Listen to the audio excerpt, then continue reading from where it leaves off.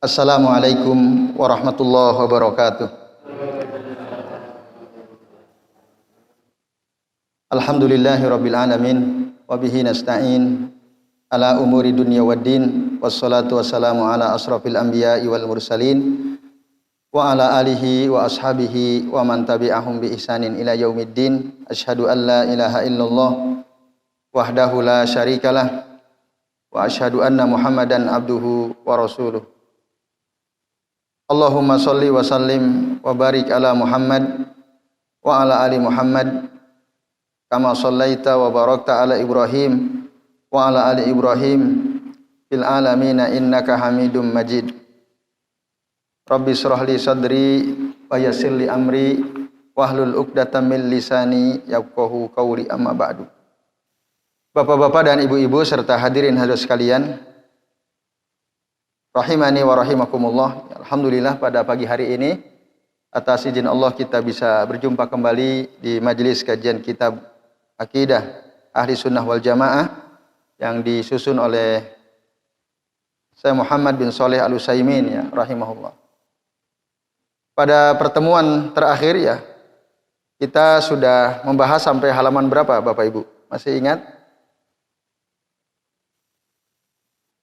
Halaman, kalau tidak keliru ya, halaman 32 ya. Betul Bu ya? Nah, halaman 32. Jadi sekarang kita akan membahas halaman 32 paragraf kedua ya. Silakan dibuka bagi Bapak Ibu dan sekalian yang membawa kitab.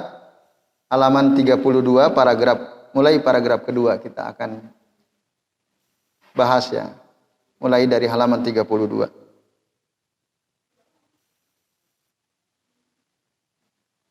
Ya, sudah ketemu ya Bapak Ibu? Halaman 32. Baik, kami bacakan. Qala al-muallifu rahimahullah, berkata penulis kitab ini, semoga Allah merahmati beliau. Wa nu'minu bi anna Allah ta'ala yarda ma syara'ahu minal a'mal wal aqwal wa yakrahu ma naha anhu minha. Kita mengimani bahwasannya Allah Subhanahu wa taala ridha segala amal dan ucapan yang telah disyariatkannya. Jadi Allah meridhai segala amalan dan ucapan yang telah disyariatkan oleh Allah Subhanahu wa taala. Wa yakrahu ma naha anhu minha. Dan Allah membenci segala hal yang dilarangnya. Kita harus mengimani ini, dan ini merupakan akidah Ahli Sunnah wal Jamaah, Bapak Ibu dan sekalian. Maksudnya Bapak Ibu, jadi semua apa yang Allah syariatkan, yang Allah perintahkan,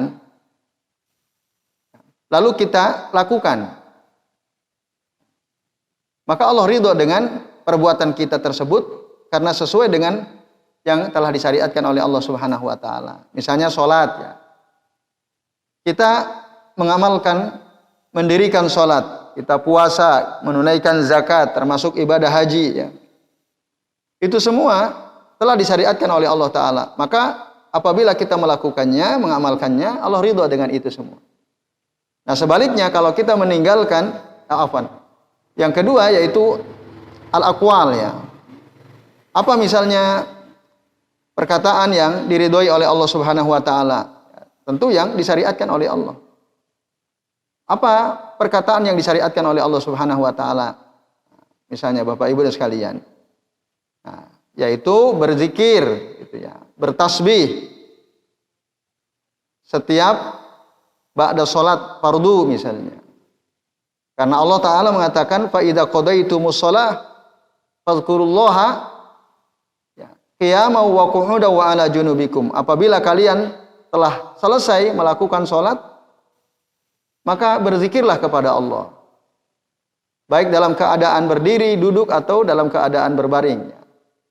Berzikir kepada Allah kita mengucapkan tasbih, tahmid, takbir misalnya, atau astaghfirullah, Allahumma antas salam wa minkas salam tabarakta rabbana ya dzal jalali wal ikram. Sebagaimana yang diajarkan oleh Nabi sallallahu alaihi wasallam. Nah, ini minal aqwal. Jadi perkataan yang disyariatkan oleh Allah, disampaikan oleh Nabi kepada umatnya, lalu kita amalkan, maka Allah ridho dengan itu.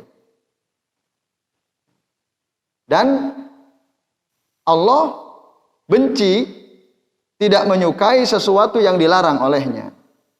Baik perbuatan maupun perkataan gitu. Apa misalnya perbuatan yang dilarang oleh Allah Ta'ala? Oh, banyak sekali. Ya. Misalnya kita melanggar apa-apa yang diharamkan oleh Allah Ta'ala. Allah mengharamkan kita memakan bangkai misalnya. Hurrimat alaikumul maitatu waddamu walahmul khinzir misalnya. Allah mengharamkan kepada kalian bangkai, darah, daging babi dan seterusnya. Maka itu adalah larangan karena diharamkan oleh Allah Ta'ala. Nah, kalau kita makan berarti Allah tidak suka. Maka ini harus kita imani bahwa Allah tidak menyukai sesuatu yang dilarang. Apabila kita lakukan maka Allah membenci atau tidak menyukai kita. Bapak Ibu dan hadirin sekalian, a'azani Allah wa iyyakum ajma'in, ya. Termasuk yang dilarang oleh Allah Ta'ala adalah kufur, ya, sikap mengingkari, sikap kufur, ya, mengingkari misalnya ayat-ayat Allah Ta'ala, mengingkari sesuatu yang telah ditetapkan oleh Allah Ta'ala. Allah nyuruh, kita malah tidak melakukan. Allah larang, kita justru melakukan. Nah, ini perbuatan mengingkari perintah Allah, mengingkari larangan-larangan Allah Subhanahu wa Ta'ala. Nah, Allah tidak ridho. Maka di dalam kitab ini diterangkan oleh Syekh Ibnu Al-Utsaimin berdasarkan surah Az-Zumar ayat 7, ya. Allah Subhanahu wa Ta'ala berfirman, "In takfuru." Nah, jika kamu kafir, ingkar, fa innallaha ghaniyun ankum. Nah, sesungguhnya Allah tidak memerlukan kamu. Allah tidak butuh kamu. Ya. Saat kita kafir, bahkan seandainya seluruh umat manusia atau jin, ya, semua kafir, itu tidak berpengaruh bagi Allah Ta'ala. Tidak mempengaruhi kekuasaan Allah Subhanahu wa Ta'ala. Karena Allah tidak butuh kita. Fa innallaha ghaniyun ankum. Wala yardha li ibadihil kufra, dan Allah tidak ridha. Nah, ini Bapak sekalian, Allah tidak meridhai kekafiran bagi para hamba-hambanya. Nah, ini terang sekali, ya, ayatnya jelas, Allah tidak ridha kekufuran dari hamba-hambanya. Wa in taskuru yardahu lakum. Tapi jika kalian bersyukur, niscaya Allah ridha, ya, bagi kalian. Allah ridha dengan kesyukuran kalian itu. Nah, ini ayatnya. Maka kita harus mengimani apa yang dikatakan oleh Allah ini. Nah, jika kita tidak mengimani ini, berarti kita menolak apa yang Allah katakan dalam surah Az-Zumar ayat ke-7 gitu, ya. Oh, Allah ridho kok kepada setiap orang apapun agamanya misalnya. Allah ridho kepada setiap orang apapun agamanya. Kan tujuan setiap orang itu adalah Allah, walaupun cara-cara mereka mendekatkan dirinya kepada Allah, cara mereka beribadah kepada Allah berbeda-beda. Jadi apapun agama seseorang, misalnya, ya, ada orang mengatakan apapun agama seseorang selama tujuan dia adalah Allah Ta'ala, maka Allah ridho gitu, ya. Nah, ini adalah pernyataan batil, Bapak sekalian. Kenapa?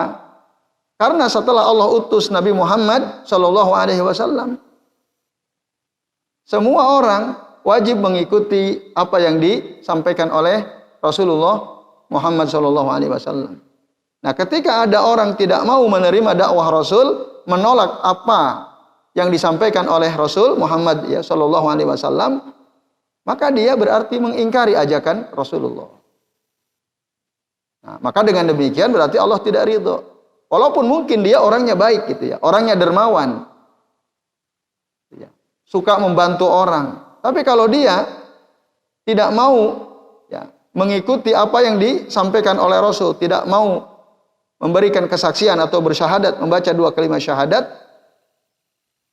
maka semua apa yang dia lakukan itu sia-sia di sisi Allah Subhanahu wa Ta'ala. Nah, ini Bapak Ibu dan hadirin sekalian, Allah tidak ridho dengan itu. Berarti kita mengingkari apa yang disampaikan oleh Nabi Muhammad Shallallahu Alaihi Wasallam. Nah, itu, ya, Bapak Ibu dan hadirin sekalian. Nah, kemudian contoh lain disebutkan bahwa Allah tidak ridho, ya, kepada orang-orang yang mengingkari ajakan Rasul, ya, SAW. Kita bisa buka misalnya di dalam surah At-Taubah ayat 46. Allah Ta'ala mengatakan, walakin karihallahu in bi'asahum fasabbatahum wa qila qudu ma'al qaidin. Nah, Bapak Ibu sekalian, Allah ya, tetapi Allah tidak menyukai, karihallah ya, in bi'asahum. Nah, maksudnya ini keberangkatan mereka di sini orang-orang munafik. Jadi Allah tidak menyukai perginya orang-orang munafik ya, bersama Rasul sallallahu alaihi wasallam untuk ikut berperang. Allah tidak suka karena mereka hanya akan menggembosi saja orang-orang munafik itu. Maka Allah tidak suka keberangkatan mereka ikut bersama Nabi sallallahu alaihi wasallam. Fasabbatahum. Nah, lalu Bapak Ibu dan hadirin sekalian, nanti orang-orang munafik itu kalau ikut bersama Rasulullah, ikut ya, perang bersama Nabi, yang mereka lakukan, nah, itu tadi menggembosi, maka Allah akhirnya melemahkan keinginan mereka, melemahkan keinginan orang-orang munafik. Fasabbatahum, tadi maknanya Allah melemahkan orang-orang munafik yang ingin berangkat berperang bersama Nabi. Wa qila qudu ma'al qaidin. Lalu dikatakan kepada mereka, ya sudah, tunggulah kamu. Ya, tetap tinggal, tidak usah berangkat, tinggal saja bersama orang-orang yang tidak berangkat. Uq'udu ma'al qaidin. Nah, ini Bapak Ibu dan hadirin sekalian, nah, itu Allah benci kepada orang yang justru merusak gitu ya. Ini kalimat karihallahu imbi asahum itu. Nah, di situ dalil yang digunakan oleh Ibnu Utsaimin rahimahullah bahwa ada sesuatu yang memang Allah tidak suka, sesuatu yang Allah benci. Nah, di antaranya adalah sikap orang-orang munafik yang ketika ikut berperang bersama Nabi, yang mereka lakukan justru menggembosi pasukan kaum muslimin, sebagaimana itu terjadi pada saat perang Uhud. Kalau kita baca sejarah terjadinya perang Uhud, kan orang-orang kafir itu, orang-orang munafik, justru mereka kembali, ya. Bukan malah ikut membantu Rasul SAW. Mereka mengajak ya, kaum muslimin yang lemah imannya untuk kembali ya, ke belakang. Tidak justru bersama-sama Nabi menghadapi musuh ya, dalam perang Uhud. Maka di antara salah satu penyebab kenapa kaum muslimin pada saat perang Uhud mengalami kekalahan, bahkan sampai Rasul terluka, giginya patah, ya, di antaranya adalah karena sikap orang munafik yang kembali ke belakang, selain tentu saja karena ada beberapa sahabat yang ditugasi untuk menjaga ya, Bukit Uhud, para pemanah ya, itu tidak mentaati apa yang diperintahkan oleh Nabi SAW. Nah itu. Nah, itu kenapa Allah membenci ya. Allah membenci orang-orang munafik. Nah, ini Bapak sekalian, azan ya Allah wa iyyakum ajmain. Keterangan dari surah At-Taubah ayat 46. Nah, itu. Kemudian wa nu'minu bi anna Allah ta'ala yarudhu 'anil ladzina amanu wa 'amilus shalihat. Dan kita mengimani bahwasanya Allah Ta'ala itu ridho terhadap orang-orang yang beriman. Allah ridho terhadap orang-orang yang beramal soleh. Maka siapa saja di antara kita yang beriman dengan sebenar-benar keimanan, beramal soleh sesuai dengan tuntunan Rasul, ya, harus sesuai dengan tuntunan Rasul, maka Allah ridho kepada mereka. Ini Bapak Ibu dan hadirin sekalian, berdasarkan surah Al-Bayyinah ayat 8 ya. Allah Ta'ala mengatakan radhiyallahu anhum wa radu'an. Dzalika liman khasyiya rabbah. Pada ayat sebelumnya Allah mengatakan innal ladzina amanu wa amilus shalihat ulaika hum khairul bariyah. Sesungguhnya orang-orang beriman, orang-orang yang beramal soleh, mereka itu adalah sebaik-baik makhluk ya, khairul bariyah. Jazaohum inda rabbihim jannatu adn. Maka ya, balasan mereka di sisi Allah Subhanahu wa taala adalah jannatu adn, surga Aden. Nah, yang tajri min tahtihal anhar, mengalir di bawah surga itu sungai. Khalidina fiha abada. Mereka kekal di dalam surga itu, radhiyallahu anhum wa radu anhu. Nah, Allah ridha kepada mereka, mereka juga ridha kepada Allah.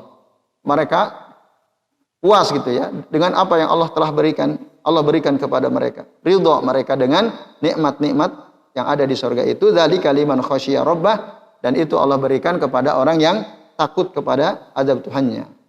Liman khasyia rabbah. Nah, ini dalil yang sangat jelas ya, menerangkan bahwa Allah ridho kepada orang mukmin ya. Allah ridho kepada orang yang beramal soleh. Kita harus imani ini. Nah, itulah dia akidah ahli sunnah wal jamaah. Kemudian Bapak sekalian, wa nu'minu bi anna Allah Ta'ala yaghdabu ala man yastahiqqul ghadab minal kafirina wa ghairihim. Dan kita mengimani bahwasanya Allah Ta'ala marah ya, kepada hamba yang memang berhak untuk mendapatkan kemarahan dari Allah Ta'ala. Di antaranya siapa? Mereka orang-orang kafir atau yang sejenis dengan mereka seperti orang musyrik, orang munafik. Itu Allah marah kepada mereka. Maka di dalam surah Al-Fatah ayat 6 ya, Allah Ta'ala menerangkan adh-dhannina billahi dhannas sau'. Jadi orang yang berburuk sangka kepada Allah, alaihim dairatus sau', maka mereka akan mendapatkan giliran azab. Wa ghadiballahu alaihim, dan Allah marah kepada mereka. Nah, kalau kita buka ya, lengkapnya ayat ini, Allah mengatakan yu'adzibul munafiqin ya, wal munafiqat wal musyrikin wal musyrikat. Allah mengazab orang-orang munafik, baik laki-laki maupun perempuan. Orang-orang musyrik baik laki-laki maupun perempuan. Siapa mereka? Adh-dhannina billahi dhannas sau', yang berburuk sangka kepada Allah Ta'ala. Apa buruk sangka mereka? Kalau kita buka ya, dalam beberapa kitab tafsir diterangkan orang-orang munafik itu berburuk sangka kepada Allah, yaitu apa? Nah, mereka berburuk sangka bahwa kata mereka Allah tidak mungkin menolong Muhammad. Allah tidak mungkin menolong Muhammad dan orang-orang yang bersamanya ketika dalam peperangan. Bahkan mereka akan mendapatkan kekalahan menghadapi kematian. Itu kata orang munafik, sehingga mereka ya, tidak mau ikut berperang, bahkan menggembosi kaum muslimin untuk tidak ikut berperang bersama Nabi SAW. Nah, itu namanya buruk sangka kepada Allah Ta'ala. Jadi mereka langsung mengklaim Muhammad tidak mungkin mendapatkan kemenangan, Allah tidak akan menolong Muhammad. Nah, itu namanya dhannas sau'. Lalu Allah katakan alaihim dairatus sau', nanti mereka akan mendapatkan giliran keburukan, mereka akan mendapatkan azab. Allah marah kepada mereka. Wala'anahum, bahkan Allah melaknat mereka dalam lanjutan ayatnya, wa a'adda lahum jahannama wa sa'at masira. Allah bahkan telah menyiapkan bagi mereka neraka jahanam, dan itulah seburuk-buruk tempat kembali. Bapak sekalian, a'azani Allah wa iyyakum ajmain. Nah, neraka jahanam itu balasan orang-orang yang berburuk sangka kepada Allah Ta'ala. Dan neraka jahanam itu sangat mengerikan. Dalam satu riwayat ya, yang disampaikan oleh Abu Hurairah radhiyallahu anhu, Rasulullah pernah menggambarkan tentang ngerinya neraka jahanam. Jadi kata Abu Hurairah, waktu kami duduk-duduk, kunna ma'a inda Rasulillahi SAW, waktu kami sedang duduk-duduk bersama Nabi SAW, idh sami'a wajibatan, tiba-tiba ya, beliau mendengar ada suara keras. Terdengar ya, suara keras sekali. Lalu Rasul bertanya kepada para sahabat, atadruna ma hadza? Tahu enggak kalian ini suara apa? Lalu para sahabat berkata, Allahu wa rasuluhu a'lam. Allah dan Rasulnya lebih tahu ini suara apa. Lalu apa kata Rasul? Hadza hajarun. Ya, ini adalah suara batu, yurma. Ya, yang dilemparkan. Ya, yurma bihi ya, fi nari jahannam au fi finnar, ke dalam api neraka, mundu sab'ina kharifan, sejak 70 tahun yang lalu. Nah, maka suara ini adalah suara saat batu itu sampai ila qa'riha, ke dasar neraka jahannam. Fasami'tum wajbataha, dan kalian mendengar suara ya, sampainya batu ke dasar neraka jahannam. Jadi Bapak Ibu, berdasarkan hadis ini yang tadi kami sampaikan, dalamnya neraka jahanam itu berapa? Dalamnya neraka jahanam. Jadi kalau kita lempar batu sekarang ke dalam neraka itu, kita lempar batu sekarang, kapan batu itu akan sampai ke dasar neraka jahanam? 70 tahun yang akan datang. Kitanya udah mati, batunya belum nyampe. Kira-kira gitu ya kalau kita lempar sekarang. Karena batu itu untuk sampai ke dasar neraka jahanam butuh waktu 70 kharifan. Begitu kata Nabi sallallahu alaihi wasallam dalam hadis sahih riwayat Imam Muslim kalau tidak keliru. Nah, ini Bapak Ibu dan hadirin sekalian. Nah, maka orang-orang yang berburuk sangka kepada Allah taala, mereka akan dimarahi oleh Allah taala, dilaknat oleh Allah taala, disiapkan bagi mereka neraka jahanam dan itu seburuk-buruk tempat. Nah, baik, itu dalam surah Al-Fatah ya ayat 6. Kemudian siapa lagi yang Allah marah kepada mereka, Bapak sekalian? Di antara orang-orang yang Allah marah kepadanya adalah mereka yang berlapang dada ya, melakukan kekufuran atau mengatakan kalimat-kalimat kekufuran, atau bahkan ya mereka berlapang dada bersama satu barisan bersama orang-orang kafir. Itu Bapak Ibu dan hadirin sekalian, a'azani Allah wa iyyakum ajmain. Nah ini berdasarkan ya, surah An-Nahl ayat 106. Nah, Allah Subhanahu wa taala mengatakan man kafara billahi ya, mim ba'di imanihi, barang siapa kafir, kufur, ingkar ya, terhadap Allah, mim ba'di imanihi, setelah dia beriman, illa man ukriha wa qalbuhu mutmainnun bil iman, itu kecuali barang siapa orang yang dipaksa ya untuk melakukan tindakan kekufuran atau mengatakan perkataan yang mengandung kekufuran, wa qalbuhu mutmainnun bil iman, sementara hatinya tetap tenang dalam keimanan, nah itu enggak akan diazab oleh Allah. Walakin man syaraha bil kufri sadran fa alaihim ghadabu minallah wallahu adzabun azim. Nah, akan tetapi orang yang berlapang dada dengan kekufuran, maka mereka itu akan ya, mendapatkan kemarahan, kemurkaan dari Allah Subhanahu wa taala, dan bagi mereka azab yang pedih. Jadi Bapak Ibu, ada orang melakukan tindakan kekufuran atau mengatakan perkataan yang mengandung kekufuran, itu ada dua ya. Ada yang dia melakukan hal itu karena terpaksa. Karena dipaksa. Maka keadaan terpaksa itu tidak akan menyebabkan dia diazab oleh Allah Ta'ala. Sebaliknya, kalau ada orang melakukan tindakan kekufuran atau mengatakan perkataan yang mengandung kekufuran dengan berlapang dada, nah mereka itulah yang akan dimarahi oleh Allah Ta'ala. Dan mereka akan mendapat azab yang besar tadi ya. Walahum adzabun azim.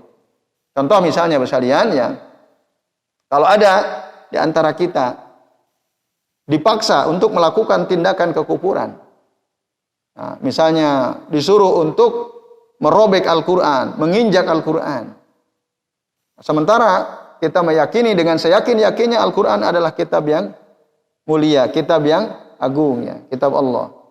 Tidak boleh kita menginjaknya ya. Walaupun ada orang-orang yang berani menginjaknya ya. Bapak Ibu dulu pernah lihat ada video ya, ibu-ibu nginjak Al-Quran. Itu tidak boleh. Karena Al-Quran kitab mulia yang harus kita muliakan. Bahkan ada sebagian mengatakan ya, meletakkan Al-Quran sejajar dengan duduk kita misalnya. Kita duduk ya seperti yang Bapak Ibu lakukan, lalu Al-Quran kita letakkan di bawah, di lantai. Nah ini tidak beradab terhadap Al-Quran. Maka letakkanlah Al-Quran jangan sampai sejajar dengan duduknya kita untuk memuliakan Al-Quran. Qaf wal Qur'anil Majid. Begitu kata Allah. Ya. Al-Quran itu mulia. Lah kok ada orang nyuruh kita untuk menginjak Al-Quran? Nah, jika kita diancam kalau tidak menginjak Al-Quran maka kita akan dibunuh misalnya. Atau keluarga kita akan dihabisi. Nah, akhirnya Bapak Ibu, karena kita ya, berusaha untuk menyelamatkan diri kita, nyawa kita begitu ya, atau keluarga kita, terpaksa kita melakukan tindakan menginjak Al-Quran disebabkan karena ada pihak yang memaksa kita dan dia betul-betul mengancam. Maka perbuatan seperti itu, nah, perbuatan seperti itu tidak berdosa. Tadi ya, wa qalbuhu mutmainnum bil iman. Walaupun kecuali ya, nanti ada yang mengecualikan, ya, kecuali kalau kita orang yang punya pengaruh besar, ya. Sebagaimana dulu Imam Ahmad bin Hanbal rahimahullah, pada zaman beliau, ya, beliau kan disiksa, dipenjara. Waktu itu disuruh untuk mengucapkan Al-Quran adalah makhluk. Karena waktu itu khalifah dan orang-orang yang ada di sekitarnya itu adalah orang-orang Mu'tazilah yang meyakini Al-Quran adalah makhluk. Lalu seluruh ya, rakyat termasuk para ulamanya dipaksa juga untuk meyakini bahwa Al-Quran adalah makhluk. Tapi Imam Ahmad tidak mau. Dipaksa, tidak mau. Bahkan resikonya beliau disiksa, diarak keliling kampung, dipenjara. Tidak. Bahkan seandainya pun dibunuh, nah, beliau tidak akan merubah. Karena orang penting, pengaruhnya besar ya. Tapi kalau orang biasa, tadi misalnya ada orang menyuruh kita untuk melakukan tindakan kekufuran, maka yang penting hati kita tetap tenang dalam keimanan, itu tidak ada masalah. Tapi kalau kita dengan sukarela, berlapang dada gitu ya, nah, itulah yang akan dimurkai oleh Allah Subhanahu wa taala. Dia yang akan diazab oleh Allah Subhanahu wa taala. Nah, ini Bapak sekalian, kita wajib mengimani bahwa Allah marah terhadap orang-orang yang kafir atau terhadap orang-orang musyrik. Nah, itu. Jadi ini Bapak Ibu sekalian. Kemudian ya, wa nu'minu bi anna Allah ta'ala wajhan mausufan bil jalali wal ikram. Dan kita mengimani bahwasanya Allah Ta'ala itu ya, bi anna lillahi ta'ala afwan. Wa nu'minu bi anna lillahi ta'ala wajhan. Kita mengimani bahwasanya Allah itu memiliki wajah yang disifati dengan sifat ya, al-jalal wal ikram. Yang sifat keagungan dan kemuliaan. Kita harus mengimani itu. Bahwasanya Allah Ta'ala memiliki wajah. Nah, mana dasar bahwasanya Allah Ta'ala memiliki wajah? Ini tentang sifat zatiahnya Allah Ta'ala. Sifat khobariyah, sifat zatiahnya Allah Ta'ala. Yaitu berdasarkan surah Ar-Rahman ayat 27. Allah Subhanahu wa Ta'ala berfirman, wa yabqa wajhu rabbika dzul jalali wal ikram. Kalau kita baca ayat 26-nya, Allah Ta'ala mengatakan, wa kullu man 'alaiha fan. Setiap apa yang ada di atas muka bumi itu akan fan. Apa fan? Fana itu apa fana? Akan binasa. Semua akan hilang. Semua apa yang ada di atas muka bumi, semua akan binasa. Pada ayat 27 Allah katakan, wa yabqa wajhu rabbika. Tetapi wajah Tuhanmu itu akan tetap ada. Ya, akan tetap ada. Dzul jalali wal ikram, yaitu wajah Allah Tuhanmu yang memiliki keagungan dan kemuliaan.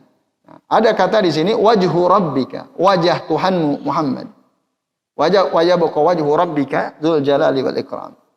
Nah, ini dari ayat inilah para ulama salafus saleh ahli sunnah wal jamaah mengatakan kita harus mengimani, menetapkan bahwasanya Allah Ta'ala itu punya wajah. Kalau ada orang mengatakan, lah kok bisa Allah dibilang punya wajah? Kan ada tuh orang nggak percaya ya terhadap ayat-ayat yang menerangkan tentang sifat-sifat Allah Ta'ala. Nah, itu nggak mungkin kata mereka. Karena kalau kita mengatakan Allah punya wajah, berarti kita namanya kaum mujassimah katanya. Apa itu kaum mujassimah? Yang menganggap bahwasanya Allah Ta'ala itu punya fisik. Gitu ya, kata mereka. Allah punya wajah. Ini nggak benar kata mereka. Maka kita harus ya, mengartikan kata wajah bukan wajah. Misalnya dengan apa? Macam-macam lah mereka artikan gitu ya. Intinya mereka menolak kata wajah. Nah, maka siapa saja yang menolak bahwasanya Allah Ta'ala itu punya wajah, berarti dia telah melakukan ilhad namanya, pengingkaran. Nah, ilhad mereka adalah ta'til ya, menolak makna wajah yang Allah sendiri jelaskan tentang dirinya bahwa Allah punya wajah. Nah, ini Bapak Ibu dan sekalian. Nah, kita tidak boleh menolak itu. Maka para ulama min ahli sunnah wal jamaah mereka tetap menetapkan mengimani bahwasanya Allah memiliki wajah. Tapi jangan sampai kita menganggap wajah Allah sama dengan wajah kita. Nah, tentu wajah Allah sesuai dengan keagungannya dan Allah sendiri telah menerangkan di dalam ayatnya, laisa kamitslihi syai'un. Tidak ada yang sama dengan Allah ya. Apapun enggak ada yang sama. Jadi jangan sampai kita menganggap sama. Tapi yang jelas kita harus mengimani dan menetapkan bahwa Allah punya wajah sekalian. Yaitu ya keterangan dari surah Ar-Rahman, Allah memiliki wajah itu. Dan kita harus mengimani itu. Karena itu sifat yang Allah sendiri mensifati dirinya dengan itu. Kemudian Bapak Ibu dan sekalian, a'azani Allah wa iyyakum ajmain. Wa nu'minu bi anna lillahi ta'ala yadaini karimataini azimatain. Kita juga harus mengimani bahwasanya Allah Ta'ala itu punya dua tangan yang mulia. Dua tangan yang agung ya. Nah, ini juga banyak ya. Atau ada sebagian kaum muslimin menolak kalau dikatakan Allah punya tangan. Padahal Allah sendiri yang mengatakan, bal yadahu mabsutatani yunfiku kaifa yasha, kata Allah. Bahkan kedua tangan Allah Ta'ala itu mabsutatani, senantiasa terbuka, yunfiku kaifa yasha. Allah akan memberikan rezeki kepada hamba-hambanya ya, kaifa yasha, sebagaimana yang dikehendaki oleh Allah Subhanahu wa taala. Ada kata yadahu. Kata yadahu. Nah, ini jelas. Oh, berarti kata yad. Yad itu tangan. Selesai. Nah, maka jangan diartikan dengan arti yang di luar makna yad. Tapi ada sebagian orang nggak terima. Katanya kalau kita bilang Allah punya tangan berarti nah, kita menganggap Allah seperti kita punya tangan. Nah, ini. Itu adalah pemahaman batil karena mereka telah melakukan tasbih dulu gitu, menyerupakan Allah dengan makhluk. Lalu ketika Allah mengatakan bahkan kedua tangan Allah terbuka, kata mereka itu bukan tangan. Nah, ini sekalian a'adzani Allah wa iyyakum ajmain. Tidak demikian ya. Kita harus mengimani bahwa Allah punya tangan. Tentu tangan yang sesuai dengan keagungannya. Bukan seperti tangan kita. Nah, ini. Bahkan dalam surah Az-Zumar Allah Ta'ala mengatakan wa ma qadarullaha haqqa qadrihi. Nah, itu ya. Wa ma qadarullah ya, wa ma qadarullaha haqqa qadrihi. Nah, itu. Dan mereka tidak mengagungkan Allah dengan pengagungan yang semestinya. Ya. Orang-orang kafir ya, orang-orang musyrik. Wal ardu jami'an qabdatuhu yaumal qiyamah, kata Allah. Dan bumi ya seluruhnya dalam genggaman Allah. Wal ardu jami'an qabdatuhu yaumal qiyamah. Kelak nanti pada hari kiamat. Nah. Kemudian was samawati matwiyatun bi yaminihi. Nah, ini. Dan Bapak Ibu sekalian, seluruh langit akan digulung. Digulung dengan tangan kanannya Allah Subhanahu wa taala. Al-yamin maknahu tangan kanan. Matwiyatun itu digulung biyaminihi dengan ya, tangan kanan Allah Subhanahu wa taala. Subhanahu wa taala amma yusyrikun. Nah, maha suci Allah dan maha tinggi dari apa yang mereka persekutukan. Ini adalah ya penegasan bahwasanya Allah itu punya tangan berdasarkan ayat ini. Tadi ada keterangan was samawati matwiyatun biyaminihi. Nah, surah Az-Zumar ayat 60. Lihat, tapi sayang sekali ya. Sekarang ada beredar, saya Allah alam, belum ngecek apakah berita ini benar atau tidak. Katanya ada tokoh. Dia bisa melipat bumi. Pernah lihat gak beritanya? Pernah baca beritanya? Kan lagi ramai juga itu. Berjalan di atas air bisa melipat bumi itu ya. Nah, ini kan kacau balau ini ya. Nah, ini sekalian. Jadi mana ada manusia bisa melipat bumi. Kalau menggenggam tanah mungkin bisa ya. Wong kita aja bisa. Berjalan berjalan di atas air mungkin juga kita bisa. Airnya kita taruh di kepala gitu ya. Kita berjalan di atas kita ada air ya. Nah ini Bapak Ibu sekalian ya. Azani Allah wa iyyakum ajmain. Nah ini ya. Jadi yang bisa menggulung bumi, melipat langit itu hanyalah Allah Ta'ala. Makhluk tidak mungkin bisa. Nah pada ayat ini ada kalimat was-samawatu matwiyatun biyaminihi. Nah ini menunjukkan bahwa Allah itu punya tangan dan disebutkan di sini dengan tangan kanannya. Saya kira itu ya. Jadi kita harus percaya bahwa Allah punya tangan ya. Yadaini karimataini azimataini. Kemudian di antara perkara penting yang juga diimani oleh para ulama ahli sunnah wal jamaah diterangkan dalam kitab ini, wa nu'minu bi anna lillahi ta'ala ainaini isnataini haqiqatain. Bahwasanya Allah itu memiliki dua mata. Ya, kedua mata. Betul-betul memiliki kedua mata. Di qaulihi ta'ala ya, sebagaimana diterangkan oleh Allah Ta'ala, wasna'il fulka bi a'yunina. Dan buatlah bahtera. Ini perintah Allah kepada Nabi Nuh ya. Wasna'il fulka bi a'yunina, dan buatlah bahtera itu dengan pengawasan mata kami ya. Bi a'yunina. A'yun itu jamak dari kata ain. Ainun, ainani, a'yunun ya. Di bawah pengawasan mata kami. Itu dalil yang dikemukakan oleh Syekh Ibnu Al-Utsaimin untuk menerangkan bahwasanya Allah memiliki mata ya. Dan berdasarkan hadis Nabi Shallallahu alaihi wasallam mengatakan, apa kata Nabi? Hijabuhu an-nur. Lau kasyafahu la ahraqat subuhatu wajhihi man taha ilaihi basaruhu min khalqihi. Tabir penutup Allah itu adalah cahaya. Nah, ini adalah apa yang disampaikan Nabi setelah beliau Isra dan Mi'raj sampai naik ke Sidratul Muntaha di atas langit yang ketujuh. Lalu bertemu dengan Allah Ta'ala. Tapi Rasul tidak bisa melihat langsung Allah Ta'ala. Karena ada hijab. Apa itu hijabnya? An-nur kata Rasul. Hijabnya, penghalangnya adalah cahaya. Nah, lau kasyafahu. Nah, andai kata hijab penutup ya, itu dibuka ya, maka apa yang terjadi? La ahraqat subuhatu wajhihi, niscaya sinar kemuliaan wajah Allah Subhanahu wa taala akan membakar mantaha ilaihi basaruhu ya, segala makhluk yang terkena pandangan matanya Allah taala. Mantaha ilaihi basaruhu min khalqihi. Seandainya dibuka ini, maka semua akan terbakar yang terkena pandangan Allah taala. Makanya Allah tidak bisa dilihat langsung ketika kita hidup di dunia ini.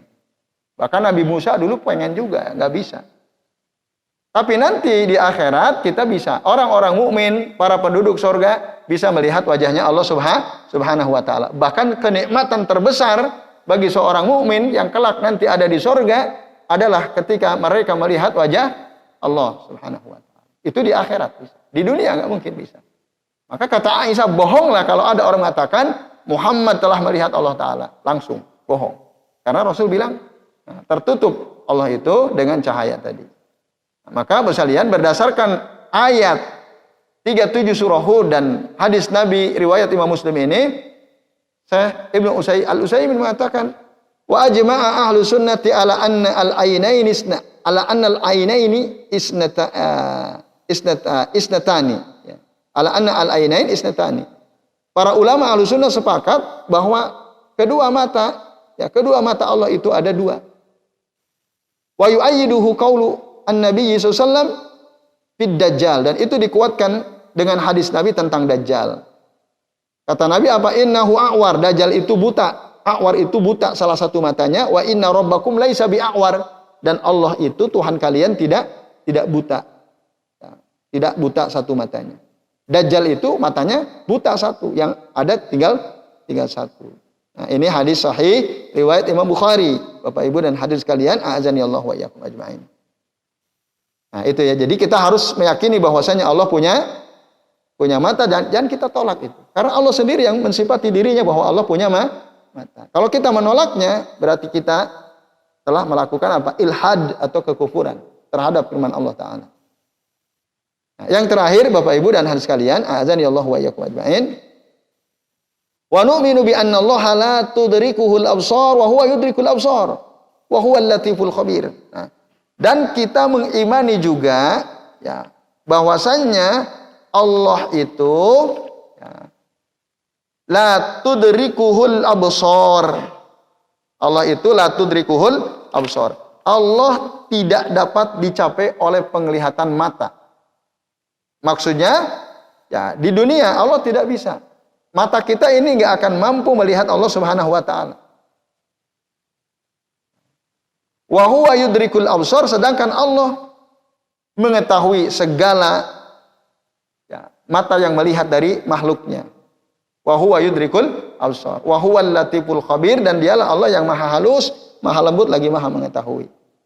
Nah, ini Bapak Ibu sekalian, jadi ayat ini diterangkan atau disebutkan oleh Syekh Ibnu Al-Utsaimin untuk menjelaskan bahwa ya, Allah punya mata dan Allah ya ini apa yang sudah diterangkan ya pada pembahasan sebelumnya. Di dalam pembahasan ini diterangkan bahwa Allah tidak bisa dilihat oleh pandangan mata manusia. Tidak bisa dilihat oleh pandangan mata manusia. La tudrikuhul absar. Nah, jika ayat ini dipahami secara umum baik di dunia maupun di akhirat, nah, juga bisa ada sebagian ulama menerangkan yang dimaksud la tudrikuhul absar, Allah tidak bisa dilihat oleh pandangan manusia di dunia. Ya. Lalu di akhirat apakah ini ayat hanya berlaku di dunia? Bukankah di sini tidak ada taksis pengkhususan? Nah, berarti di akhirat juga nggak bisa dong. Nah, sehingga ada orang Mu'tazilah mengatakan Allah tidak mungkin bisa dilihat. Allah maha segalanya, maha sempurna, sementara kita makhluk makhluk itu serba terbatas. Tidak mungkin sesuatu yang terbatas bisa melihat Allah Zat yang maha segalanya, kata mereka. Mereka menolak. Bahkan hadis Nabi yang sahih yang menerangkan bahwa kita itu bisa melihat Allah seperti kita melihat bulan purnama, sangat terang gitu. Kata orang-orang Mu'tazilah enggak. Ahlussunnah mengatakan bisa. Nah, terus bagaimana ayat ini? Nah, yang dimaksud idrok itu sekalian melihat seluruh sisinya. Nah, sebagaimana saya melihat handphone ini. Nah, ini adraktu al-jawwal ya. Saya melihat seluruh bagian dari handphone ini. Nah, Allah itu tidak bisa seluruh bagian Allah Ta'ala, zat Allah Ta'ala tidak bisa dilihat oleh pandangan mata kita. Kita bisa melihat wajah Allah tapi tidak seluruh ya, bagian dari zat yang Allah Ta'ala kita bisa melihatnya. Itu yang maksud la tudrikuhul absar. Bukan kita nggak bisa melihat, bahkan wajah Allah pun tidak kita bisa lihat. Bisa, karena Nabi menerangkan hal itu. Nah, ini Bapak Ibu dan hadis sekalian, a'azani Allah wa iyyakum ajma'in. Nah, mana dalil kalau kita itu kelak nanti di akhirat bisa melihat Allah Subhanahu wa taala? Bapak Ibu dan hadis sekalian, a'azani Allah wa iyyakum ajma'in. Nah, dalilnya adalah disebutkan dalam surah Al-Qiyamah ayat 22 sampai ayat 23. Allah mengatakan wa nu'minu. Nah, maaf. Sebelum saya kutip firman Allah Ta'ala ya, untuk menjelaskan bahwasanya Allah itu bisa dilihat, saya Muhammad bin Shalih saya mengatakan wa nu'minu bi annal mu'minina yarawna rabbahum yaumal qiyamah. Kita beriman bahwasanya orang-orang mukmin itu bisa melihat Allah Tuhan mereka kelak nanti pada hari kiamat. Wujuhu yauma idzin nadhirah. Nah, itu ya. Wujuhu yauma idzin nadhirah. Wajah-wajah ya, kaum mukminin pada hari itu nadhirah, berseri-seri, ila rabbiha nadhirah. Nah, kepada Tuhan mereka bisa melihat. Jadi berseri-seri, bahagia, gembira orang-orang mukmin itu. Nah, ini ayat ini menunjukkan bahwasanya orang-orang beriman itu bisa melihat Allah Subhanahu wa taala kelak nanti pada hari kiamat. Bapak Ibu dan hadirin sekalian, a'azani Allah wa iyyakum ajma'in. Jadi itu bisa dilihat ya. Tapi di dunia memang kita tidak bisa melihat Allah Subhanahu wa taala. Bapak Ibu dan hadirin sekalian, a'azani Allah wa iyyakum ajma'in. Nah, jadi ini ya saya kira penegasan bahwasanya kelak nanti kita bisa melihat Allah Subhanahu wa taala di sorga. Nah, ini ya. Sementara tadi di dunia memang tidak bisa, bahkan kalau kita lihat ya dalam ayat yang lain, ketika Nabiullah Musa alaihi salam meminta untuk bisa melihat Allah Ta'ala, Rabbi arini anzur ilaik, ya Tuhanku perlihatkan kepadaku supaya aku bisa melihat engkau, kata Nabi Musa alaihi salam. Tapi Allah bilang lan tarani, kamu tidak akan bisa melihat aku, kata Allah kepada Nabi Musa. Walakin zur ilal jabal, tapi coba kamu lihat ke gunung ya. Fa in istaqarra makanahu, kalau gunung itu ya dia tetap kokoh di tempatnya, tidak goncang, tidak goyang ya. Lalu apa Allah katakan? Fasaufa tarani, kamu pasti bisa melihat aku.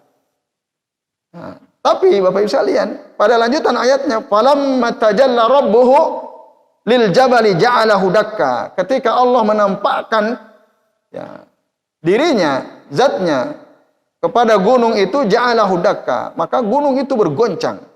Nah, goncang gunung. Nah, ini bahkan dikatakan indakal jabal wasara turaban, goncang bahkan menjadi debu. Waktu itu Musa akhirnya pingsan, Nabiullah Musa alaihi salam. Nah ini, wa kharra Musa sa'iqa, terjatuh pingsan Nabi Musa alaihi salam. Falamma afaqa, ketika Nabi Musa sadar, qala subhanaka tubtu ilaik. Lalu Nabi Musa bilang, ya Allah, aku bertaubat sekarang. Wa ana awwalul mu'minin, dan aku termasuk orang-orang yang pertama-tama beriman.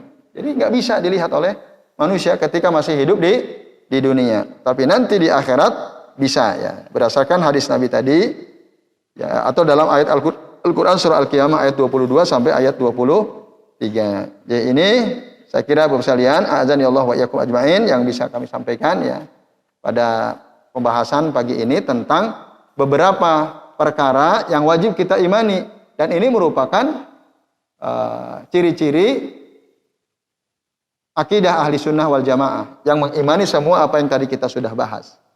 Jadi ini ya, insyaallah nanti kita lanjut lagi di pertemuan yang akan datang ya. Penjelasan-penjelasan penting lainnya terkait dengan sifat-sifat Allah Subhanahu wa taala. Demikian, sebelum kami akhiri, barangkali ada yang perlu ditanyakan, kami persilakan. Kalau ada yang mau bertanya. Ya, silakan Pak Warno. Waalaikumsalam warahmatullahi wabarakatuh.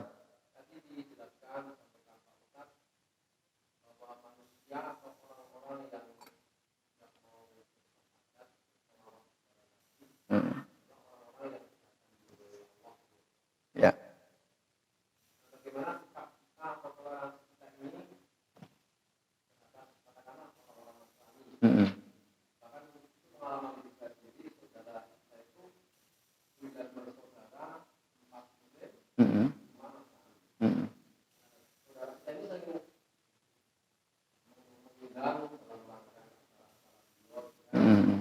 Yang non muslim itu ya, orang-orang kafir.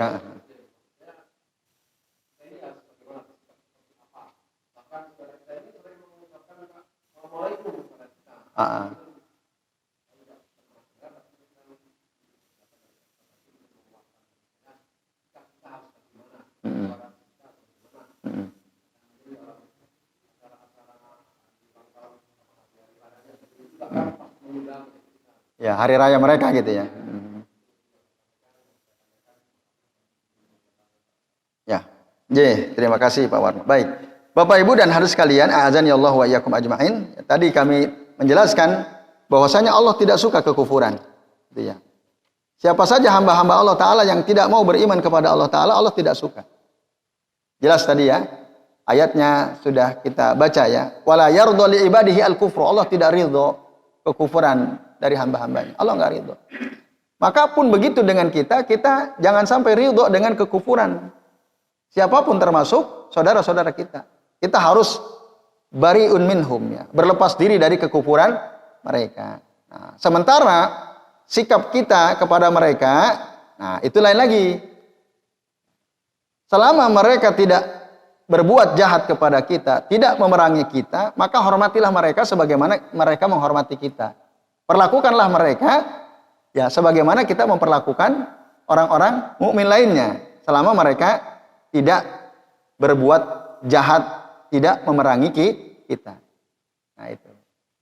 Tapi kalau mereka memerangi kita, berbuat jahat kepada kita, maka kita harus perangi. Jika tidak, maka kita tetap muliakan mereka, kita hormati mereka sebatas ya, sesama hak mereka sebagai sesama manusia dengan kita gitu ya. Maka kalau mereka berbuat baik, ya kita berbuat baik. Bahkan sebagian ulama mengatakan jika mereka mengucapkan salam kepada kita, assalamualaikum warahmatullahi, kita ucapkan balas sama. Yang nggak boleh itu kalau kita pertama kali mengucapkan salam kepada mereka. Tapi kalau mereka mengucapkan salam kepada kita, kita balas sebagaimana mereka.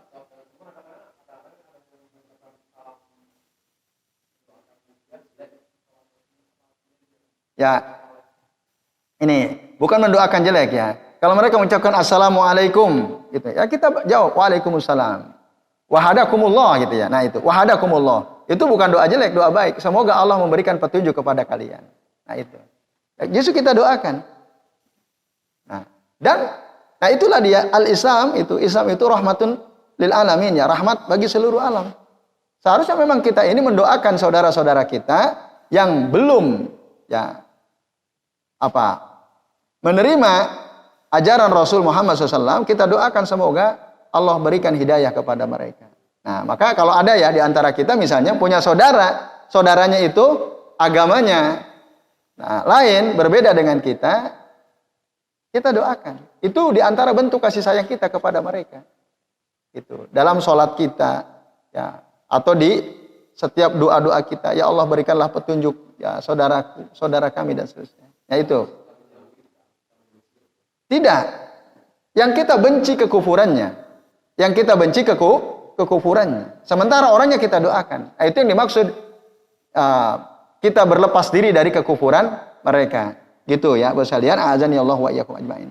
Jadi, Islam tidak menyuruh kita untuk membenci orang kafir, tapi yang dibenci adalah kekufurannya. Yang dibenci kekufurannya.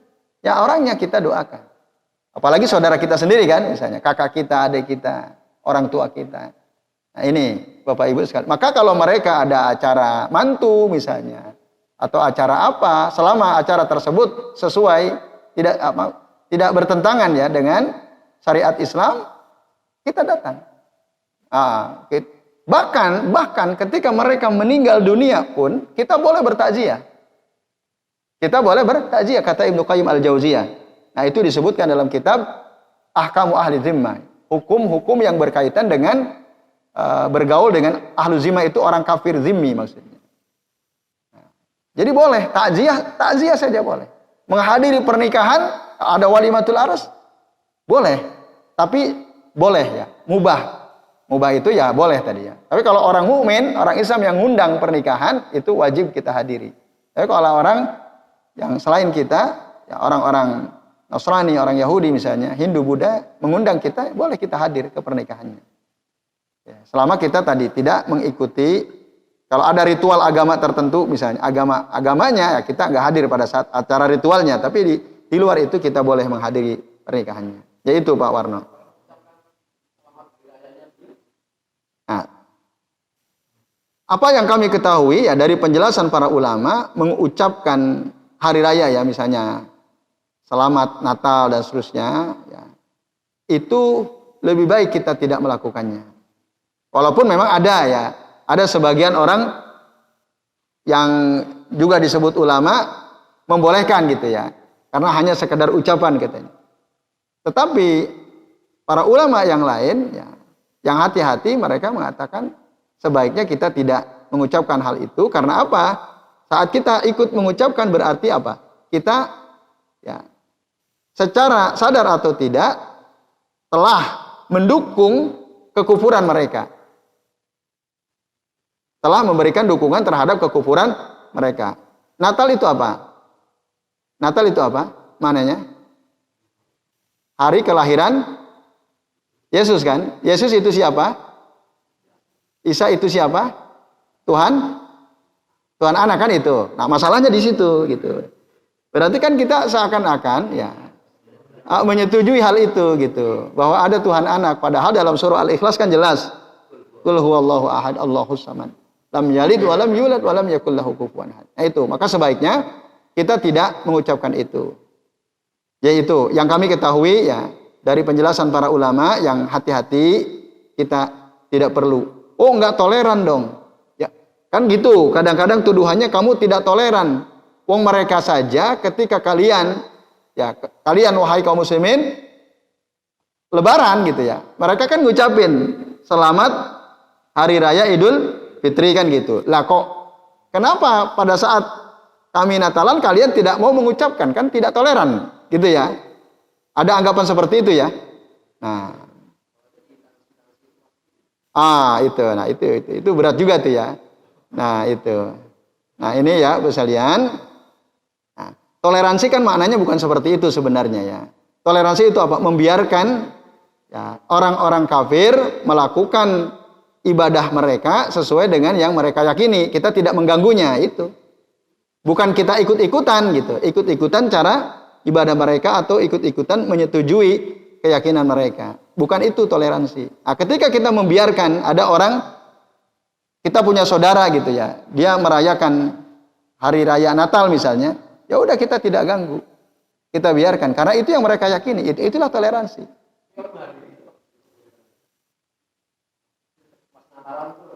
Ya. Ya kalau datang ke rumahnya, misalnya makan di sana, ya bisa saja. Tapi kalau pas acara misanya datang ke gereja, boleh atau tidak? Ya tidak boleh. Tapi kalau datang ke rumahnya, kita punya saudara ya, kakak kita misalnya dia orang Nasrani, pas hari raya Natal kita diundang untuk makan-makan, nah, kumpul-kumpul ya datang nggak ada masalah. Tapi pas acara misanya di gereja gitu ya, nah itu yang kita tidak boleh hadir ke situ. Walaupun ada ya sebagian orang atas nama toleransi hadir ya pada acara misa. Nah itu batas-batas kita bergaul dengan orang-orang kafir ya, dengan orang-orang kafir. Nah, yang jelas kita harus berlepas diri dari kekufurannya, sementara kepada orangnya kita tetap ya hormati sebagaimana kita menghormati sesama kaum muslimin selama mereka tidak memerangi kita. Nah, selama mereka baik-baik saja, maka kita juga tidak boleh berbuat zalim kepada mereka. Itu. Nah, kalau kita berbuat zalim, nah, itu sama saja kita berbuat zalim kepada sesama orang beriman. Tidak boleh, intinya tidak boleh kita berbuat zalim bahkan kepada orang kafir sekalipun. Wallahu a'lam bishawab. Yaitu Pak Warno ya. Ya, baik Bapak Ibu dan sekalian, itu ya. Nah, terakhir ini, maaf, tadi yang perlu sempat saya sampaikan terkait dengan dalil bahwa Allah itu bisa dilihat, itu diterangkan dalam hadis Nabi yang sahih. Kata Nabi begini, qala Nabi sallallahu alaihi wasallam, innakum satarawna rabbakum kama tarawna al-qamara lailatal badri la tudamuna fi ru'yatihi kama tarawna asy-syamsa sahwa laisa duna hasihab ya. Laisa duna hasahaban. Sesungguhnya kalian akan melihat Tuhan kalian sebagaimana kalian melihat bulan di malam purnama. Ya. La tudamuna fi ru'yatihi. Yang tidak ada sesuatu yang menghalangi pandangan kalian ketika melihat Allah Ta'ala. Bapak Ibu, waktu bulan purnama kita melihat bulan jelas atau tidak? Jelas sekali. Begitulah nanti kelak kita di akhirat melihat Allah Ta'ala. Nah, jadi jelas. Sebagaimana juga kata Nabi, wa kama tarawna syamsa sahwa. Sebagaimana kita melihat matahari dalam keadaan cerah. Matahari dalam keadaan cerah terlihat jelas atau tidak? Jelas. Laisa duna hasahab, yang tidak ada awan yang menutupi matahari. Maka jelas kita bisa melihat ada matahari. Begitulah kelak nanti. Jadi akhirat kita orang-orang beriman bisa melihat Allah Subhanahu wa taala. Nah, ini Bapak Ibu dan sekalian, azan ya Allah wa iyyakum ajmain ya. Satu dalil yang tadi belum sempat kami sampaikan. Nah, semoga dengan ini kita semakin yakin bahwasanya kelak nanti orang-orang mukmin itu ya, di antara kenikmatan terbesar yang dialami oleh orang mukmin saat di surga adalah bisa melihat wajah Allah Subhanahu wa taala. Jadi saya kira itu. Ibu-ibu ada yang mau ditanyakan? Ada, silakan. Waalaikumsalam warahmatullahi wabarakatuh. Pak Warno tadi ya.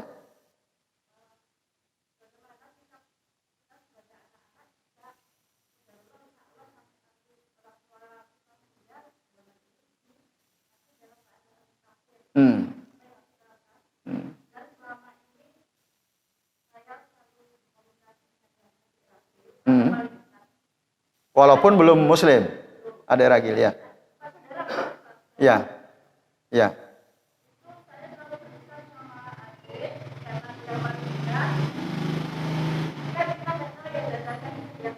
Ya, betul.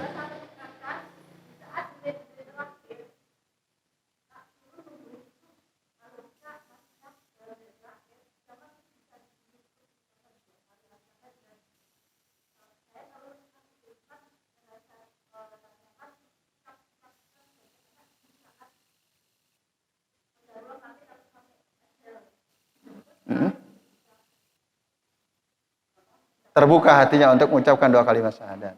Apa seharusnya yang seharusnya kita lakukan sebagai anak?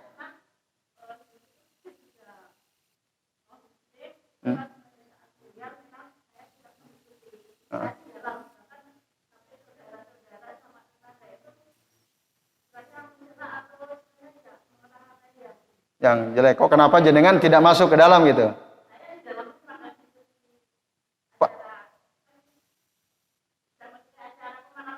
Oh gitu.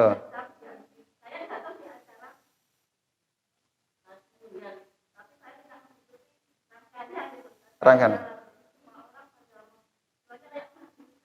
Mengecam jenengan gitu ya. Ya. Waalaikumsalam warahmatullahi wabarakatuh. Baik sekalian ya. Bagaimana tadi sikap yang kita bisa lakukan sebagai anak yang orang tuanya masih kafir gitu ya. Bahkan sampai ajal menjemputnya dia tetap dalam keadaan kafir. Ketika masih hidup terus doakan. Terus dakwahi, ajak. Sebagaimana Rasulullah mengajak pamannya Abu Talib. Abu Talib itu paman yang setelah ibunya meninggal diasuh oleh kakeknya Abdul Muthalib. Setelah Abdul Muthalib kakeknya meninggal, Abdul Muthalib berpesan kepada Abu Talib, pamannya Rasul, untuk mengurus Nabi Muhammad SAW.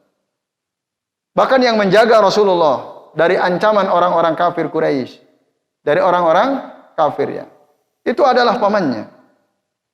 Tentu saja Rasul mengajak beliau ya untuk menerima dakwahnya, untuk bertauhid kepada Allah Ta'ala. Tapi qadarullah ya, Abu Talib sampai ajal menjemput dia, bahkan ketika Rasul talqin ucapkan la ilaha illallah, mau atau tidak? Tidak mau. Nah, tapi apakah Rasul berhenti mendakwahi pamannya? Tidak, terus mengajaknya, baik dakwah bil lisan ya, maupun dakwah bil hal, dengan ucapan atau dengan perbuatan.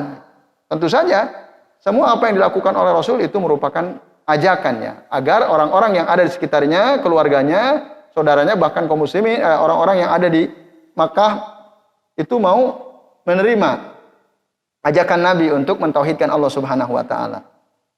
Nah, tetapi ternyata tidak semua keluarganya, termasuk Abu Talib, termasuk Abu Lahab. Itu kan pamannya juga. Bahkan malah kalau Abu Lahab lebih ngeri lagi, memusuhinya gitu ya. Tapi Abu Talib kan tidak, melindunginya, menjaganya. Nah, meskipun demikian, beliau ya Abu Talib ini tetap dalam keadaan kafir, bahkan ketika ajal sudah dekat, ketika sakaratul maut, Rasul juga tidak pernah putus asa, terus didakwahi, disuruh untuk ucapkan la ilaha illallah. Barangkali ada kesempatan terakhir gitu. Tapi ya tidak mau, karena di situ ada Abu Jahal yang memprovokasi gitu ya. Dan teman-temannya supaya jangan sampai ini Abu Talib dia mau mengucapkan kalimat tauhid. Nah, akhirnya meninggal dalam keadaan kafir. Maka Allah Ta'ala dalam Al-Quran mengatakan, innaka la tahdi man ahbabta walakinnallaha yahdi may yasha. Sesungguhnya engkau Muhammad tidak bisa memberi petunjuk kepada orang yang engkau cintai. Anak sama orang tua kira-kira cinta atau tidak? Jelas. Kita sebagai anak cinta pada orang tua. Karena orang tua yang telah mengandung kita, melahirkan kita, mengurus kita, membesarkan kita. Kita cinta sama orang tua kita. Kita sayang sama orang tua kita. Tapi namanya petunjuk, ya, itu Allah hanya berikan kepada hamba yang dikehendakinya. Maka Allah katakan, innaka la tahdi man ahbabta walakinallaha yahdi may yasha. Itu hidayah taufik. Hidayah taufik. Nah, maka itu yang sikap yang harus kita lakukan. Doakan, ajak, doakan.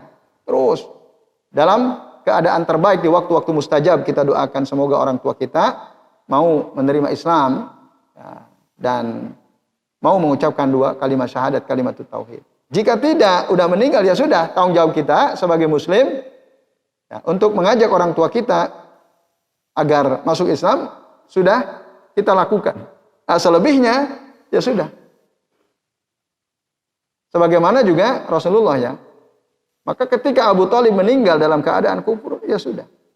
Tidak mendoakan supaya diampuni dosanya, tidak. Karena itu dilarang oleh Allah Ta'ala. Jangan sampai kita sebagai orang mukmin ya memohonkan ampun atas dosa-dosa orang yang mati dalam keadaan kafir. Ya. Dalam keadaan kufur. Itu diterangkan Bapak Ibu dan hadirin sekalian, a'azani Allah wa iyyakum ajmain, di dalam surah At-Taubah. Makana lin nabiyyi walladzina amanu an yastaghfiru lil musyrikin. Nah itu.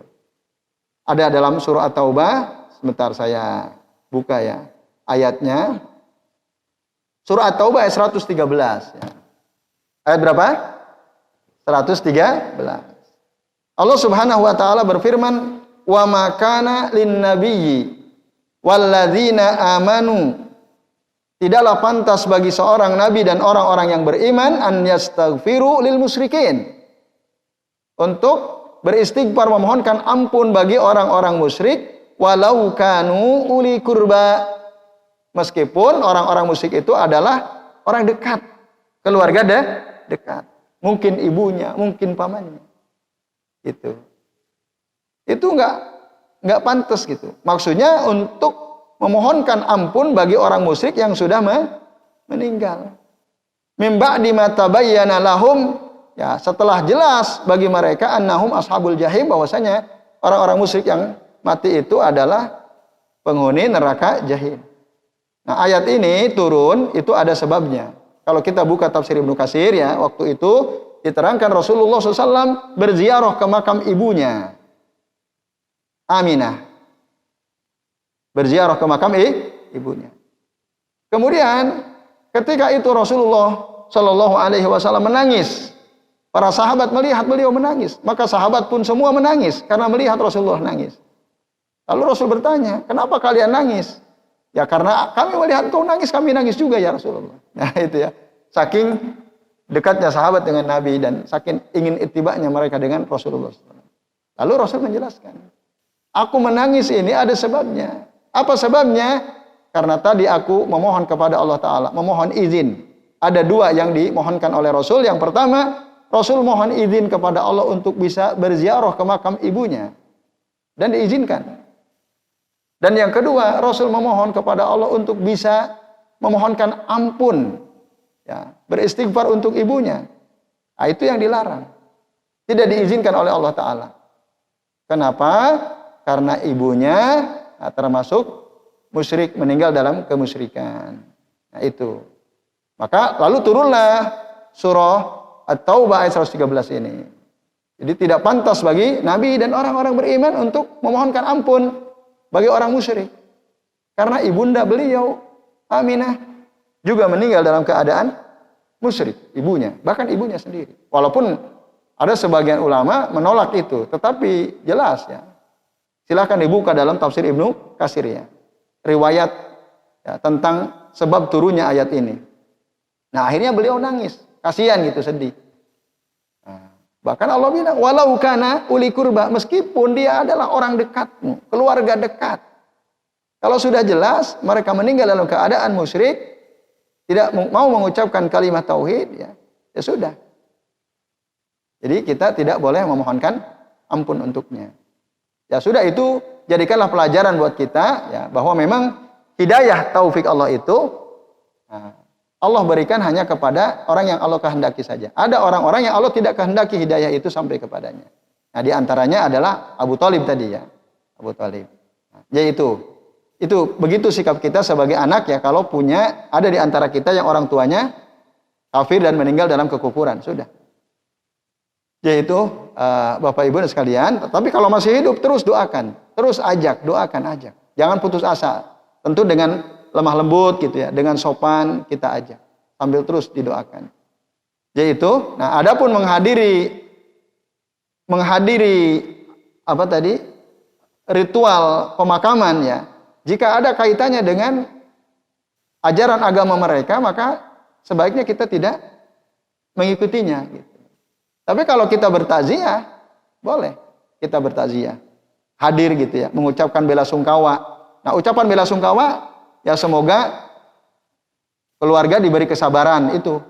Jangan sampai begini bela sungkawa. Semoga dosa-dosanya diampuni gitu ya. Diberikan rahmat oleh Allah Subhanahu wa taala. Ini enggak boleh ya untuk ini ayatnya, surah At-Taubah ayat 13. Apalagi dibilang almarhum gitu ya. Almarhum itu enggak boleh kita ucapkan kepada orang kafir. Walaupun itu banyak sekali kita terdengar kan. Ya, almarhum pulan itu ya. Yang mati dalam keadaan kafir ya. Nah, ini enggak boleh Bapak Ibu dan hadis sekalian, a'azani Allah wa iyyakum ajmain. Jadi itu. Nah, itu. Jadi cukup kita datang berbela sungkawa ya, semoga yang ditinggalkan diberi kesabaran. Udah gitu saja. Nah, jangan pula semoga husnul khotimah gitu ya.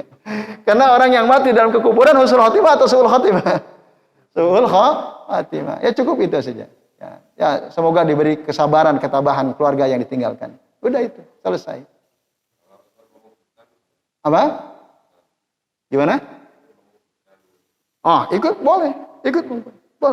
Sampai ke kuburan ya.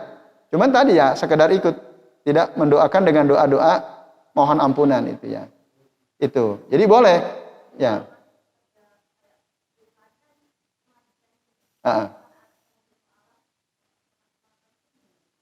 Memandikan. Jika keluarga yang sama-sama seagama dengan si mayit itu tidak menghalang-halangi, boleh. Kita ikut memandikan. Itu.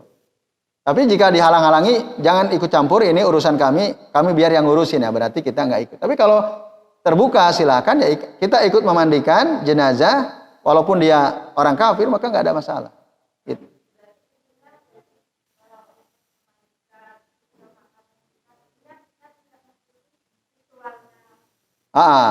Ritual agama mereka kan ada upacara ya, pemakaman yang mungkin ada ritual khusus gitu ya.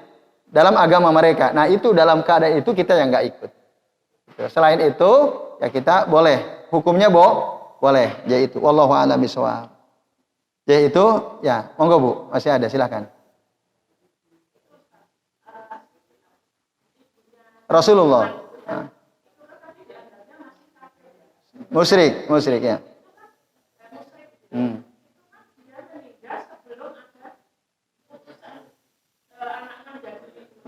Betul. Ya.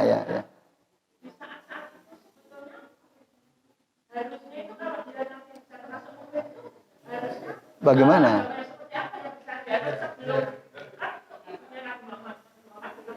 Rasul masih kecil.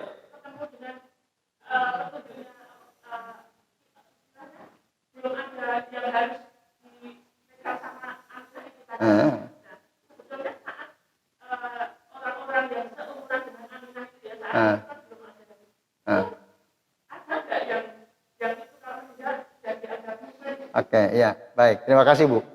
Ibu tadi mau tanya, Bu? Jadi ya, silakan.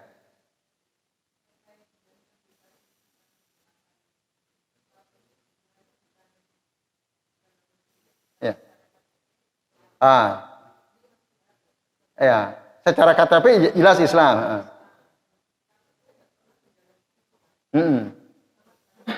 Ya.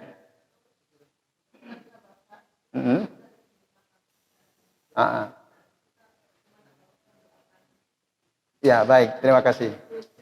Baik, Bu. Yang pertama, betul tidak Bapak Ibu, waktu Aminah, ibunda Rasulullah meninggal, waktu itu Rasulullah sudah diangkat jadi Nabi dan Rasul apa belum? Waktu itu usia beliau berapa? 6 tahun. Ya, Sittu sanawat. Belum. Lah kok dianggap musyrik? Waktu itu ajaran Islam belum ada kan gitu Bu ya? Ya. Apa yang membuat orang yang meninggal sebelum Nabi Muhammad diangkat jadi Nabi dan Rasul dianggap dia sebagai Muslim? Yaitu mengikuti ajaran Nabi sebelumnya, Nabi Isa alaihis salam. Waktu itu pendeta ada atau tidak? Ada atau tidak? Ada. yang ngasih tahu Rasul Muhammad ini dia adalah nabi kelak nanti akan jadi nabi kan pendeta-pendeta itu. Pendeta. Waktu itu ajaran Nabiullah Isa alaihi salam masih ada. Masih ada. Tapi memang masyarakat Makkah waktu itu ada tokoh yang membawa tadi penyembahan terhadap berhala itu, ada tokohnya, saya lupa namanya. Maka dilaknat itu ya orang tersebut. Nah, sehingga penduduk Makkah itu akhirnya menjadi kaum penyembah berhala. Itu sebelum Rasulullah diangkat jadi nabi dan rasul pada usia 40 tahun. Jadi waktu itu agak Nasrani ada, Yahudi ada, para penyembah berhala juga ada. Nah, ibunda beliau Aminah, bahkan bapaknya Abdullah itu tidak mengikuti ajaran Nabi Isa alaihi salam, tapi mengikuti ajaran orang-orang musyrik itu. Bahkan Rasul pernah mengatakan ketika ditanya aina abi, ada seorang sahabat bertanya kepada Rasul sallallahu alaihi wasallam, "Di mana bapakku sekarang?" "Abu kafinnar," katanya, "Bapakmu di neraka." Lalu orang itu pergi, sahabat ini pergi, dipanggil lagi oleh Nabi sallallahu alaihi wasallam. Lalu Rasul mengatakan, "Abuka wa abi finnar." Bapakmu dan bapakku ada dalam neraka. Itu di dalam hadis Sahih Bukhari disebutkan. Bapaknya Rasulullah. Karena mengikuti ajaran para penyembah berhala. Termasuk ya Abu Thalib, termasuk Abdul Muthalib. Dulu kan di Ka'bah itu ada berhala ya. Lalu kemudian dihancurkan oleh Rasul SAW. Nah itu Bu. Nah harusnya orang-orang yang hidup sebelum Rasul diangkat jadi Nabi dan Rasul itu mengikuti ajaran Nabi Isa. Para pendetanya ada. Oh itu kan zaman fatroh katanya. Ada ustadz-ustadz yang masyhur ya mengatakan, oh enggak dong masa orang tua Rasul masuk neraka. Padahal jelas Rasul mengatakan. Lalu alasan mereka itu adalah zamanul fatrah. Fatrah itu zaman kekosongan. Tidak ada risalah kenabian, tidak ada. Memang jarak antara Nabiullah Isa alaihi salam dengan Rasulullah itu sekitar 400 tahun. Ya. Arba'umi'ati sana. Lama. Setelah Nabiullah Isa alaihissalam diangkat oleh Allah Ta'ala, itu tidak ada Nabi, tidak ada Rasul, kecuali Nabi Muhammad. Dan ini Rasul terakhir. Nah, karena itu zaman fatrah, zaman kekosongan, maka setiap orang yang mati dalam zaman itu, dia tidak akan disiksa oleh Allah Ta'ala. Gitu. Nah, tetapi itu terbantahkan, karena ajaran Nabi Isa masih hidup, masih ada. Makanya ada pendeta-pendeta. Bahkan tadi, semua kita sepakat kalau baca kitab sirah, ya, sirah perjalanan kehidupan Nabi, banyak ya para penulis sejarah atau bahkan semuanya bahwa di antara yang memberitahu Muhammad ini adalah nabi yang diterangkan dalam kitab Taurat, dalam kitab Injil, ciri-cirinya jelas, itu para pendeta. Artinya pendeta masih ada, ajaran Nabi Isa masih hidup kala itu.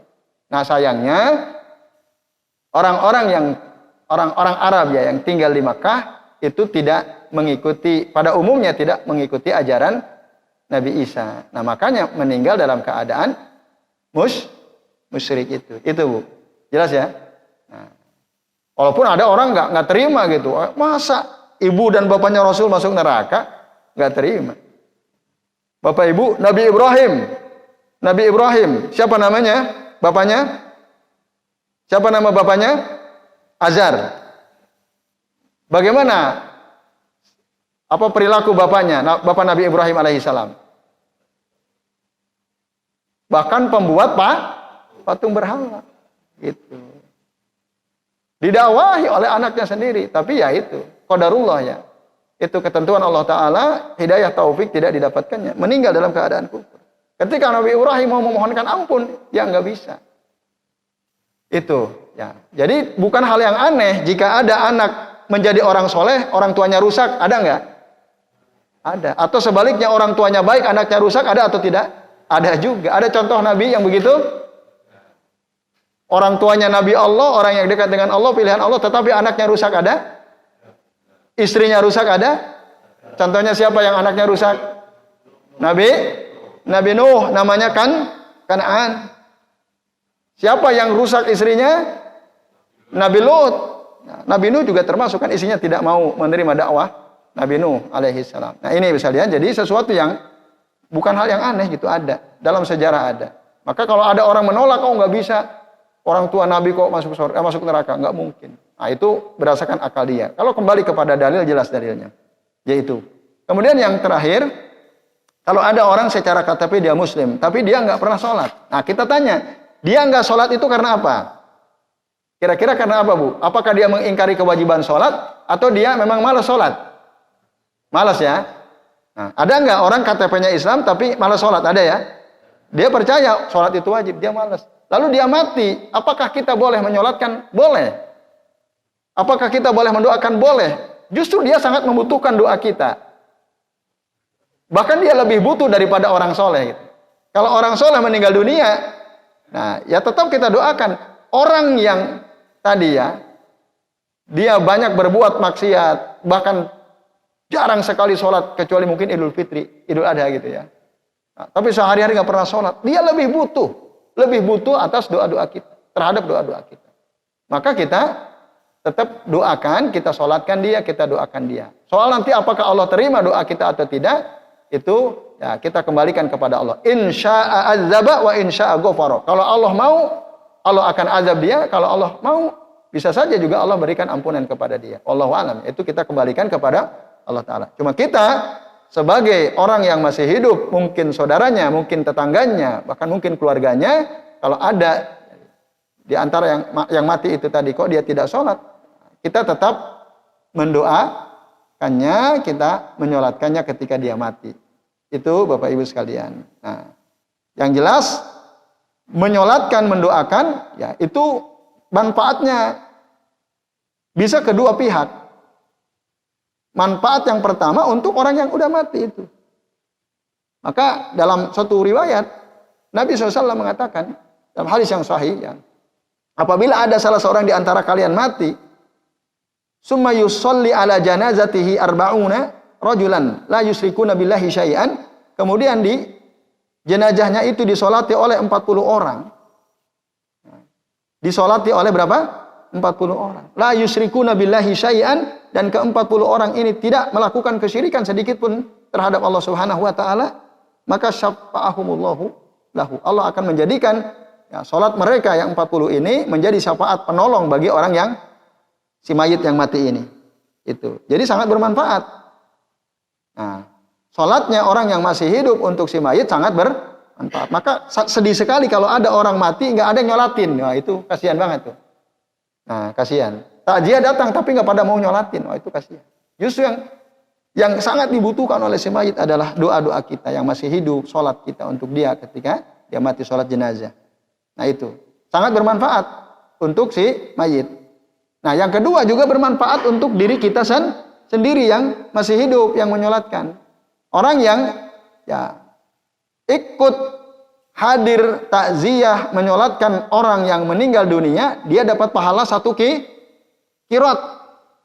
Dapat pahala dari Allah Ta'ala 1 kirot. Kalau dia ikut mengantarkan jenazah itu sampai selesai dikuburkan, maka dia dapat 2 kirot. Lalu sahabat bertanya, ya Rasulullah 1 kirot itu seberapa? Apa jawaban Nabi? Sebesar gunung Uhud dalam satu riwayat. Mislu Jabalil Uhud.